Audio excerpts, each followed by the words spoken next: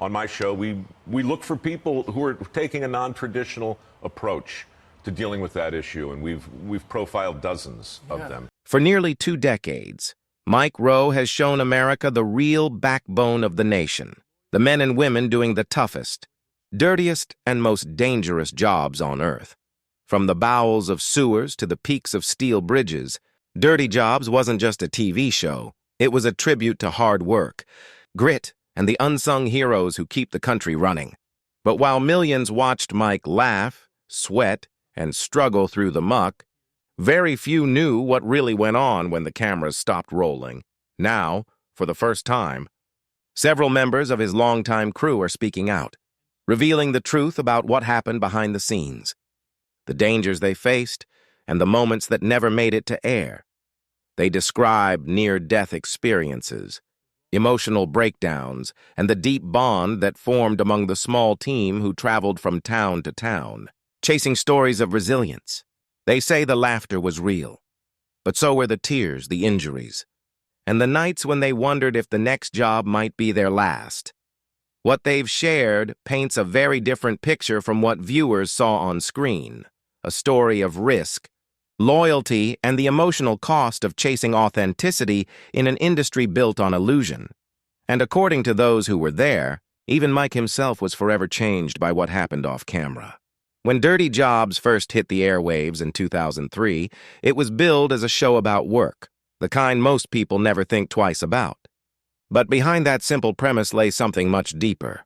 From the very first episode, Mike Rowe and his crew quickly learned that what they were filming wasn't just TV, it was raw humanity. According to longtime cameraman Doug Glover, the crew wasn't prepared for what they were walking into. "We thought we were making a show about funny, weird jobs," he said. "We didn't realize we were about to witness the heart of America, and sometimes the heartbreak of it. The jobs weren't just dirty. They were dangerous. There were days when the crew found themselves standing ankle-deep in toxic sludge, crawling into collapsed mine shafts, or filming next to equipment that could have easily taken a life with one wrong move. There were times we genuinely thought, this could be it," Glover recalled. And Mike was right there with us, every time. But what the cameras didn't show was the toll it took, both physically and emotionally. Filming 12 to 14 hours a day, often in extreme temperatures, the crew would collapse in exhaustion once shooting wrapped. There were burns, broken bones, infections, and countless close calls. Yet no one complained, because they knew they were capturing something real. Mike often told his crew, "If we fake one moment, we ruin the whole point." And he meant it. There were no rehearsals, no second takes. Every reaction, every slip, every moment of fear, every burst of laughter was genuine. That authenticity became the show's soul. But what made Dirty Jobs different wasn't just the danger or the dirt. It was the people.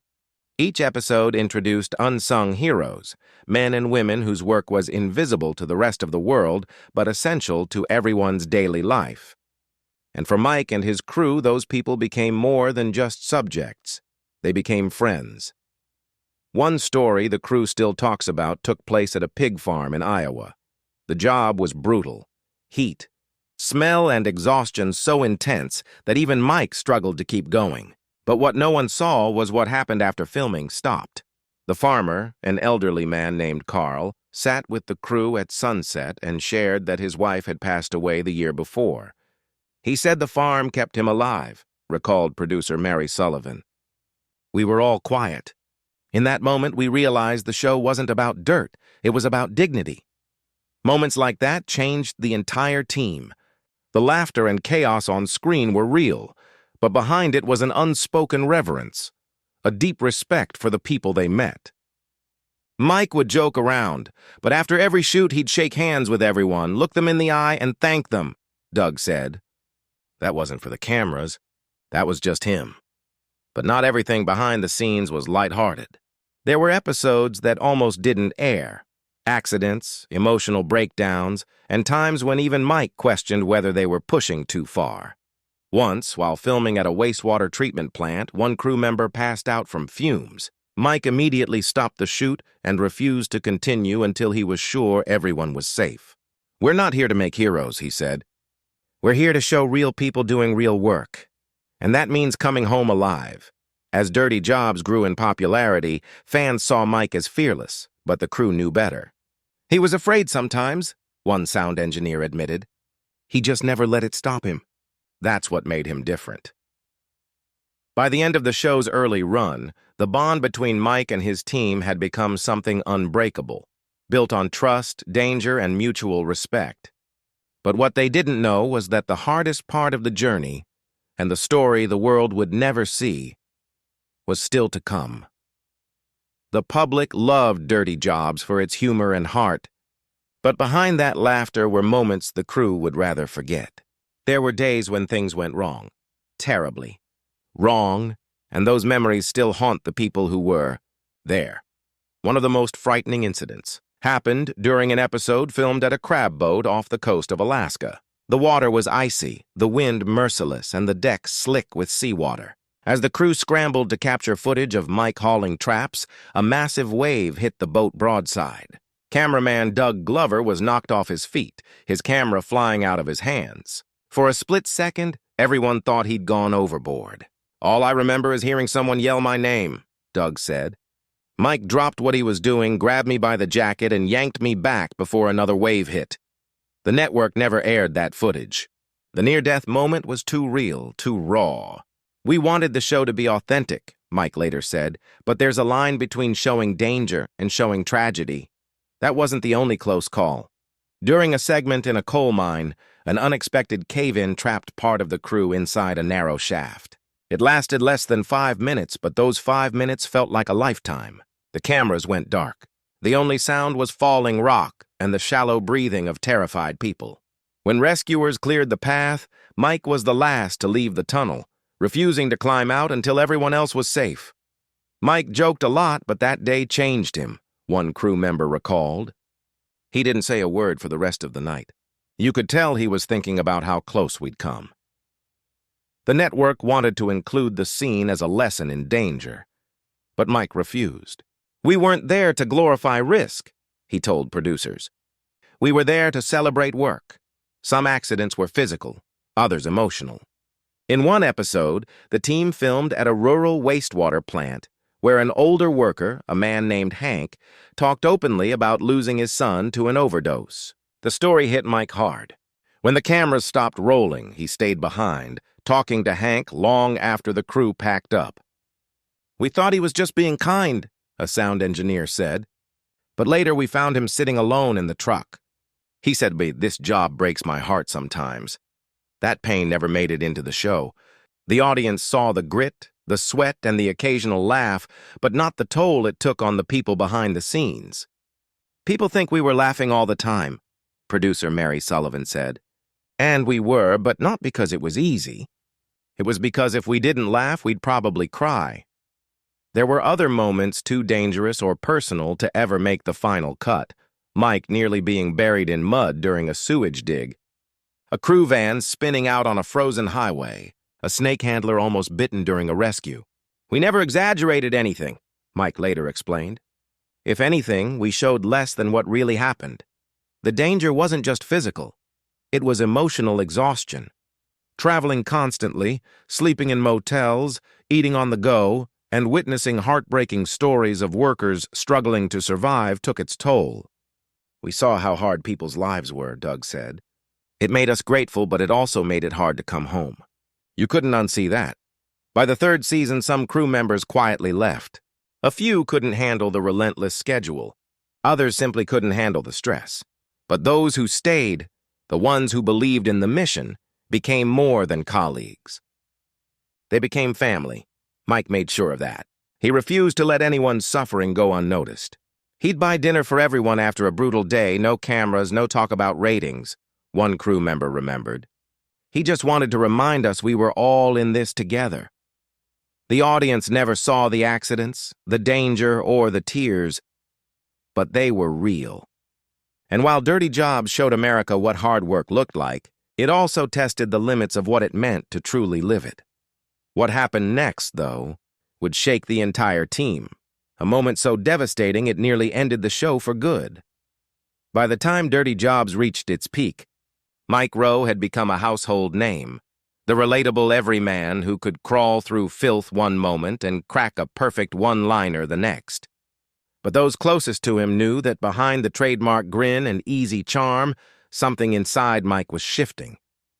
Years of filming in dangerous, emotional, and physically draining environments had left their mark. And one day, everything changed. It happened in 2010 during the filming of what was supposed to be a routine episode.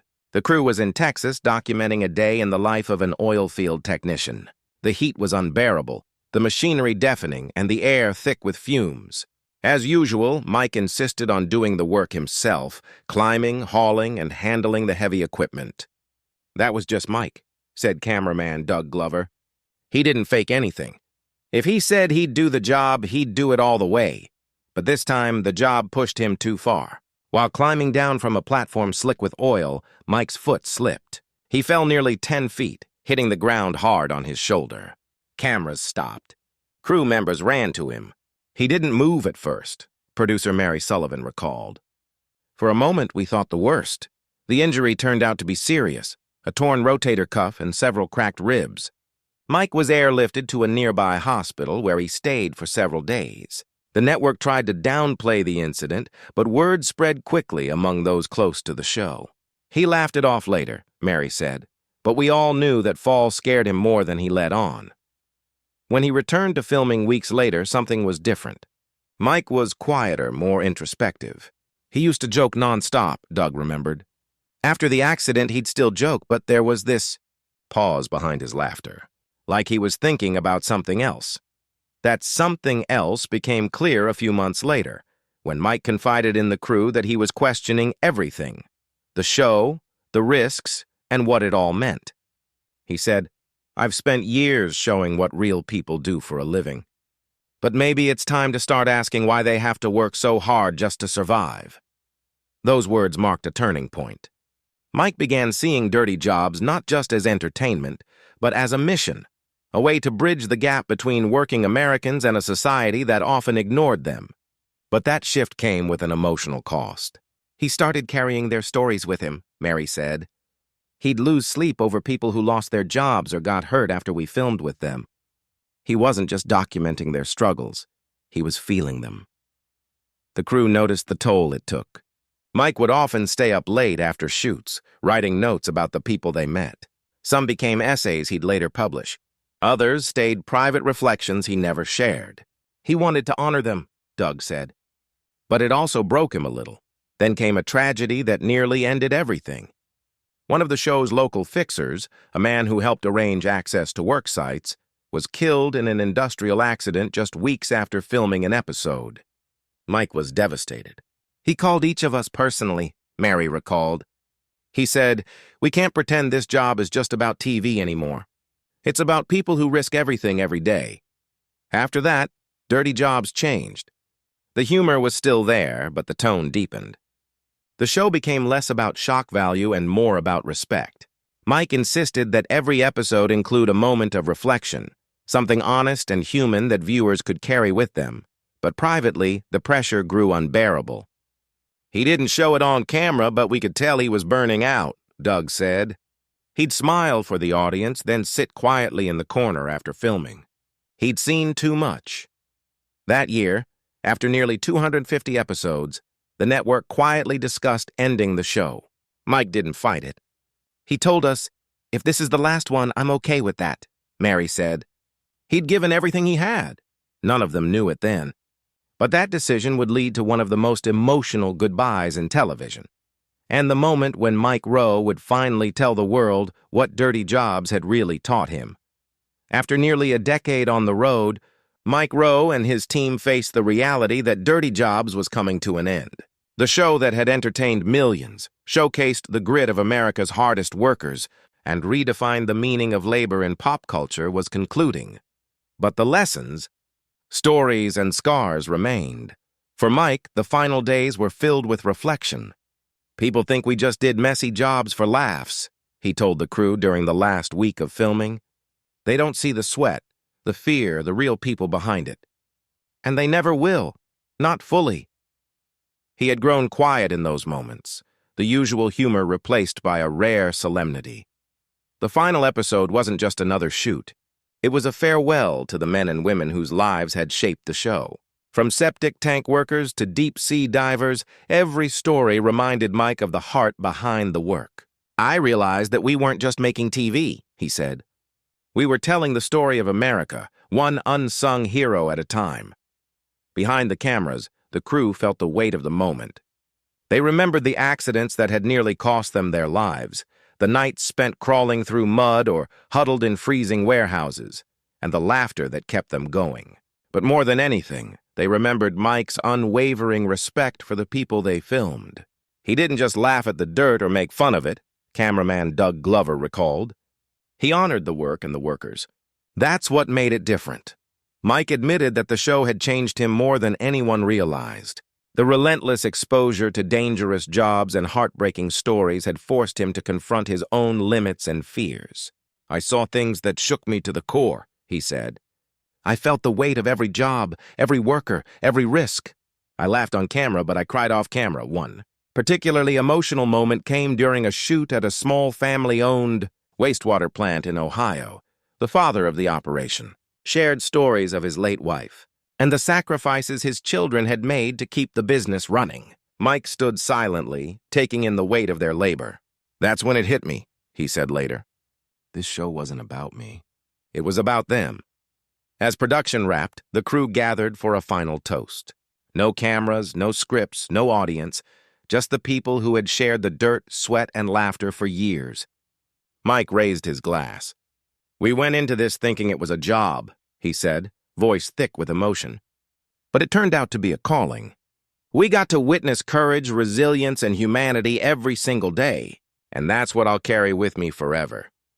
The goodbye wasn't easy. Crew members admitted to sleepless nights in the weeks after filming ended, remembering the people they'd met and the dangers they had faced. "It felt like losing a family," Mary Sullivan said. "We'd laughed together, cried together, and survived together. And now it was over." Mike also reflected publicly on the deeper meaning of dirty jobs. He said the show taught him, and hopefully viewers, that every job, no matter how dirty or menial it seems, has dignity. "People say I did the dirtiest jobs on TV," he said in one interview. "But really, I got the privilege of showing the world the dignity in what most people overlook. That's priceless." Years later, looking back at the series, Mike admits that the physical and emotional toll was immense, but worth every second. "We laughed, we sweated, we got hurt, and we learned," he said. "We showed the real world, and it was beautiful, messy, and honest. I wouldn't trade it for anything." In the end, Dirty Jobs was more than a TV show. It was a tribute to the unsung heroes of America, a lesson in humility, and a reminder that respect and gratitude matter as much as talent and fame. For Mike Rowe, the show's greatest lesson was clear. The real work happens behind the scenes, in the mud, the sweat, and the heart of every person willing to show up, every day. And as the cameras finally stopped rolling, Mike knew one truth above all: the story of hard work, the real story, would stay with him forever.